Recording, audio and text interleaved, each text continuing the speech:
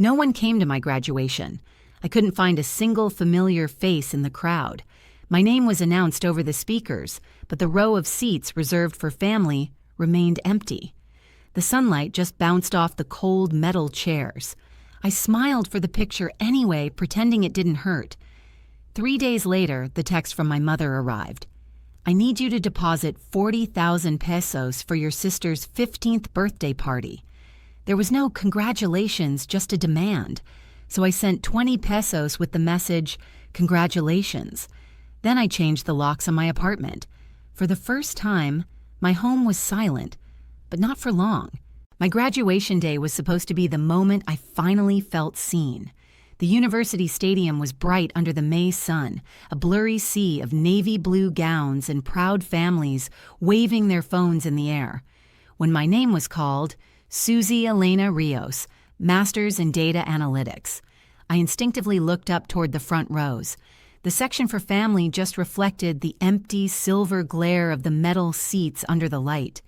There wasn't even a shadow where my parents should have been.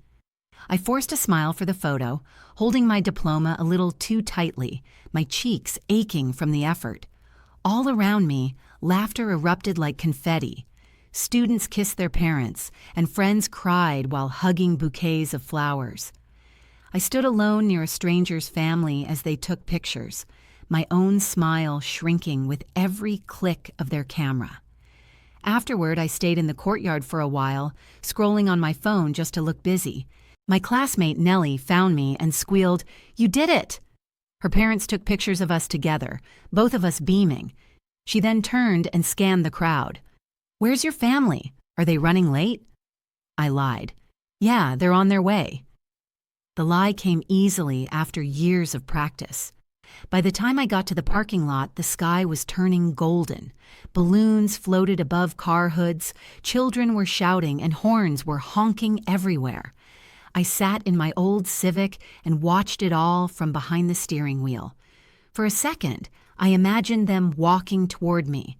My mom, Effie, waving, my sister Sadie in her shiny sneakers, and my dad Doyle carrying a bouquet of flowers. Then the vision faded into the noise of starting engines. The truth is, I shouldn't have been surprised. My parents had also skipped my bachelor's degree graduation. Back then, Effie said Sadie had final exams. Doyle didn't even call. There was always some excuse, always a smaller but more urgent priority. I spent my teenage years trying to earn their love like it was a scholarship, working 2 jobs, sending money home, and saying yes to every request. When I was 16, I wore a brown Starbucks apron at dawn, serving caramel macchiatos to lawyers and nurses. Effie used to text me things like, "Thank you, sweetie, Sadie needs piano lessons," or, "Oh, she has a school field trip, just a little extra." I would always reply, "Okay." The first time she said, "You're our pride," I believed her. I thought love sounded like gratitude. Now I know it sounded like an obligation. When I was accepted into the master's program, I told myself that this degree would change everything. I thought if I achieved enough, maybe she would see me not as a backup plan or a paycheck disguised as a daughter, but as her equal. I didn't know then that even success could be twisted into another excuse to take more from me. 3 days after the ceremony, with my cap and gown still hanging by the door, that text appeared on my phone. "I need 40,000 pesos for your sister's 15th birthday party." No congratulations, no curiosity about how I was doing, just numbers, a deadline, and that same quiet expectation. I stared at the message for a long time. In that moment, something inside me, something small, tired, and long ignored, finally stood up. I stared at the screen for so long that it went dark and the phone locked itself. Those 40,000 pesos felt like an order, not a request. By now, I should have been numb to it. For years, money had been the language my family used instead of love. But that day, it didn't just slide off me like before. Maybe it was the silence after the graduation, the echo of all that applause that wasn't for me. Maybe I had just finally run out of excuses to keep buying an affection that never existed. I opened my banking app and saw my savings, just barely 50,000 pesos. I felt something inside me harden.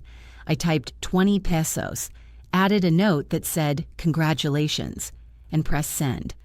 For a long minute, I just sat there with the word "sent" glowing on the screen. Then I opened the drawer by the door, took out the spare key that my mother insisted on having for emergencies, and dropped it in the trash. That night, I called a locksmith. He arrived an hour later, an older man with a soft voice and tools that jingled like wind chimes as he worked. The new lock clicked into place, solid and final. When he left, I stood in the doorway for a moment, breathing in the faint smell of oil and metal. It was the first boundary I had ever built in my entire life. The next day, sunlight filled my small apartment. I made coffee, watched the steam curl into the air, and for the first time, I didn't flinch at the silence. It was mine. No one could walk in. No one could ask me for anything. Peace had a sound, and this was it. Until the knocking started. Firm, rhythmic, persistent knocking on my door. I stood perfectly still. It wasn't my landlady, Flora. She always called first. When I looked through the peephole, 2 police uniforms filled the hallway. "Mexico City Police," one said in a calm, professional voice. "Miss Rios?" I opened the door, my heart racing. "Yes?" The taller officer, a dark-skinned man in his 30s, showed me his badge. "We received a call from your mother. She says you've been acting erratically, changing locks and not answering calls. She's worried you might harm yourself." I almost laughed, not because it was funny, but because it was so absurd it became tragic. "She did what?" I asked quietly. His eyes softened. "We just need to confirm that you're okay. Do you mind if we come in?" I let them enter. The apartment was spotless. My coffee cup was on the table, my laptop was open to a project, and my framed diploma was on the wall. I gestured around the room. "Do I seem unstable to you?" The corner of the officer's mouth twitched into an almost smile. "Not at all, ma'am." He asked me a few questions about work, stress, and family. I answered honestly. "I just finished my master's degree. I'm working on job applications. I have no medical issues. I'm just setting boundaries." He nodded. "We'll file the report as no risk. But if your mother calls again, you can refer her to this visit." They turned to leave, and just before he walked out, he added, "Sometimes when people start defending themselves, others panic. It happens more often than you think." When the door closed, I leaned against it, trembling. Not with fear, but with rage. My mother hadn't just crossed a line. She had declared war. That night, I sat on my couch with the police report still fresh in my email inbox. I replayed years of manipulation in my mind. The way she guilt-tripped me into sending money. The way she repeated, "Family helps family," whenever I hesitated. It had always been about control, not love. I still didn't know exactly what I would do, but I knew that if she was willing to use the police to humiliate me, there was no limit to what might come next. The silence in my apartment no longer felt peaceful. It felt like the pause before a storm, and I was tired of waiting for the lightning to strike. The next morning, I woke up before dawn with the city still quiet under a light mist. My phone lay face down on the table next to the police report. I hadn't heard from my mother since she sent them to my door, but I knew her silence wasn't peace. It was a strategy. I made coffee and opened my laptop, planning to lose myself in job applications. Instead, I opened my banking app. A knot formed in my stomach. 2 new credit inquiries blinked on the screen from 2 different banks. Both were recent and both were unfamiliar. My chest tightened. I hadn't applied for any new cards. I clicked to view my credit report. 2 accounts had been opened in my name. They used my official ID number and my address. Not my current address, but my parents' house. I froze. The balances were already climbing, thousands and thousands of pesos spent. Then I saw the transactions. A payment to a high-end event hall, a DJ agency, a glamour studio. My mother's text flashed back into my mind. "I need 40,000 pesos for your sister's 15th birthday party." It wasn't a request. It was a trap. I dialed the number on the bank statement, my voice trembling but firm. "Good morning. My name is Susie Rios. I need to report identity theft." The woman on the other end of the line verified my information, paused, and then said, "This account was opened in person at our branch last month. The co-signer is Effie M. Rios." For a moment, everything went silent. The hum of the fridge, the ticking of the clock, even my own breath. "Ma'am," she continued carefully, "we are going to flag this for a fraud investigation. You will receive the official forms to complete within 24 hours. When the call ended, I stared at the screen. It was all there. My mother's signature, her phone number, her address. She hadn't just used me for money. She had become me to get it. I opened my voice recorder app. In Mexico, it's legal to record a call as long as one person consents, and I more than consented. I dialed her number. She answered after 3 rings, her tone sharp. "Oh, so you're still alive." "Mom," I said, my voice even, "I found 2 credit cards in my name, both with your address on them. Do you want to explain that to me?" She let out a hollow, rehearsed laugh. "Oh, that! I was helping you build your credit history. You should be thanking me. You're paying for Sadie's party. Stop being so dramatic. It's family money. What's yours is ours." "No," I said quietly. "What's mine is mine, and what you did is under investigation." The silence on the other end was instant, thick and stunned. Then I heard her take a sharp breath. "You wouldn't dare." "I already did." I hung up, saved the recording, and labeled it Boundaries, May 17th, 2025. Outside, the morning light spilled across the floor, illuminating the edges of my diploma and the new lock on my door. Both were proof that I had earned everything on my own and that I was finally protecting it. For the first time, the silence in my apartment felt powerful. It was no longer the pause before the storm, it was the storm itself. And finally, I was the one holding the thunder. I met them at a coffee shop in a neutral neighborhood, halfway between their house and my peace. It was one of those places with cracked vinyl booths and coffee that never tastes fresh, but it was perfect for what I needed. Public silence in a place where it was impossible to scream. They arrived 15 minutes late. My mother, Effie, came in first, wearing a floral dress and sunglasses like armor. My father, Doyle, followed, looking smaller than I remembered. Sadie trailed behind them, her thumbs flying across her phone screen. The golden child didn't even look up. "Susie," Effie said sharply, sliding into the seat across from me, "did you really make us drive all the way out here just for dinner?" "We're not having dinner," I replied. My own voice surprised me. It was firm and cold. "We're going to talk." The waitress came over, poured coffee, and disappeared. I slid a brown folder across the table. 2 credit cards opened in my name from 2 different banks. Both are linked to your address, and both were used for Sadie's 15th birthday party. Effie's smile barely moved. "Oh, that. Honey, I did it for you. You need a credit history. I was helping you." "Helping?" I said quietly. "You forged my signature." She waved her hand dismissively. "Don't be so dramatic. It's family. You've always been so ungrateful. Do you think people don't know who paid for your education?" I let out a dry laugh that made every head in the coffee shop turn. "You mean me? I paid for it. With every paycheck, every double shift, every loan you told me to take out, while you used my college fund for Sadie's graduation dress." Sadie groaned. "Are you going to start this again?" I turned to her. "That silver dress you wore to your party? You danced in it thanks to a card opened in my name. Enjoy the spotlight." Her eyes shifted away. "Mom said you agreed to it." Effie's voice cut through the air. "That's enough. Don't talk to your sister like that. I didn't steal anything from you, Susie. I borrowed for the family." "You used my identity," I said, my voice now lower. "You called the police on me because I changed my locks. You tried to make me seem unstable so you could stay in control. That ends today." My father finally spoke, his voice small. "Honey, your mother just got carried away. Let's not blow this out of proportion. We can fix this privately."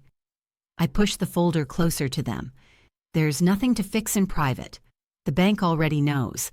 There's an open investigation." Effie's eyes shot up and all the color drained from her face. "What did you do?" "What I had to do. I reported the fraud. The accounts are frozen. The bank has your signature, your phone number, and your address. You'll be hearing from them very soon." The silence that followed was so thick you could almost taste it. Even the murmur of the coffee shop seemed to quiet down, as if the air itself was listening. "You're going to regret this," she hissed. "You're destroying this family over a misunderstanding." "No, Mom," I said, standing up. "You destroyed it the moment you decided my name was worth more to you than my love." I left cash for my coffee on the table and walked out before she could answer. Outside, the air smelled like rain. I sat in my car for a long time, looking at my reflection in the rearview mirror. My hands were shaking, but my chest felt light, almost hollow, the kind of hollow that could one day be filled with peace. That night, the event hall was glowing in purple and silver. It was the big night of Sadie's 15th birthday party. I wasn't invited, but I didn't need to be. I already knew how it was going to end. At 8:45 p.m., my phone rang. It was an unknown number. I answered. "Miss Rios," a clear female voice said. "This is Flora Salinas, a legal representative from the bank. I'm calling to inform you that the bank has escalated your fraud report. Our internal team has coordinated with the prosecutor's office and the Mexico City police to verify the transactions at the event hall tonight. You are not required to attend, but we wanted to notify you." My throat tightened. "You're sending police to the party?" "Yes, ma'am. It's standard procedure. We will document and confirm the charges." I thanked her, hung up, and leaned back on my couch. Through the open window, I could hear distant music coming from the direction of downtown, a celebration about to fall apart. 40 minutes later, my phone vibrated again. It was a text from Sadie. "Are you crazy? The police just showed up. The DJ stopped the music. Everyone is staring at us. Mom is losing her mind." Then another message. "They're saying your name. The man from the bank said your name. What did you do?" I didn't reply. I didn't have to. Meanwhile, on the other side of the city, 2 officers walked into the brightly lit hall.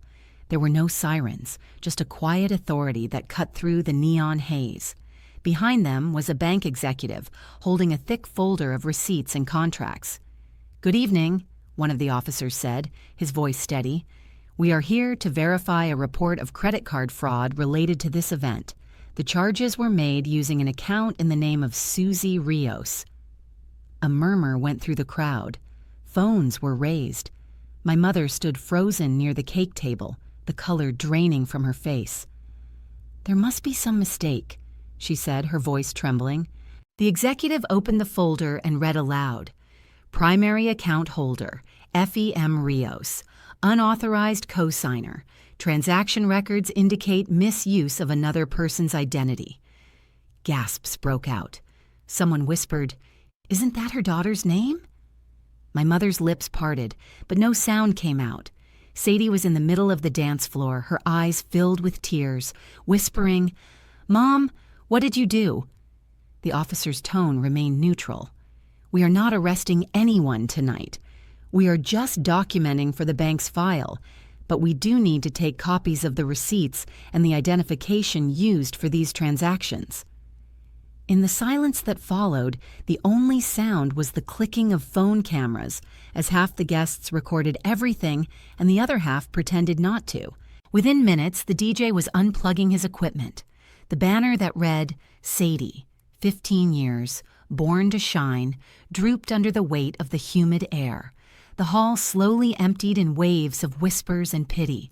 By the time my mother walked outside, a soft but relentless rain had begun to fall. Back in my apartment, I stood by the window and watched the lightning pulse over the city. I didn't smile or celebrate. I just let the silence wrap around me. It was the sound of justice, subtle and absolute. For years, I thought silence was the sound of weakness. That night, I understood that it could also be the sound of victory.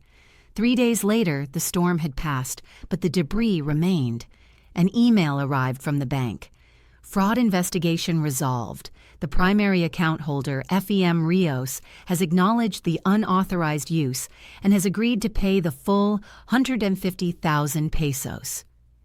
It was a single sentence, with no apologies or drama, just the truth finally in writing. The news spread quickly. In a community like theirs, gossip travels faster than justice. People whispered in the grocery store aisles and after church services. "Did you hear about the Rios family? Something about a bank and a 15th birthday party." The video from Sadie's party, 30 seconds of chaos, police, and disbelief, reached 500,000 views before she deleted her social media accounts. My father was quietly reprimanded at work for allowing his financial mail to be sent to the company address. For the first time, I felt no guilt. I didn't answer any of their messages, not out of anger, but out of exhaustion.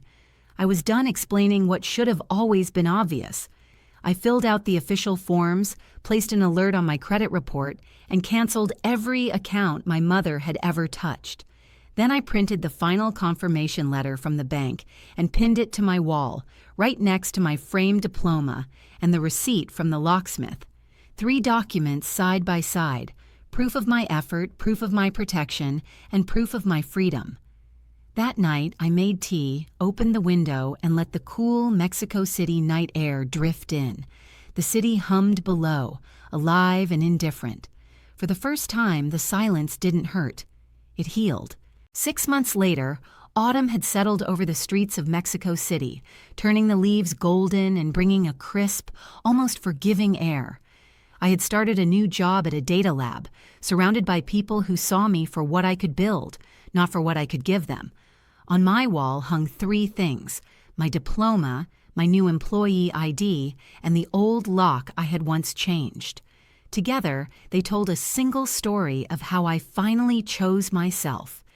If you've ever had to set a boundary just so you could breathe again, you are not alone. Let me know where you're reading this from, so I know how many of us have finally changed the locks.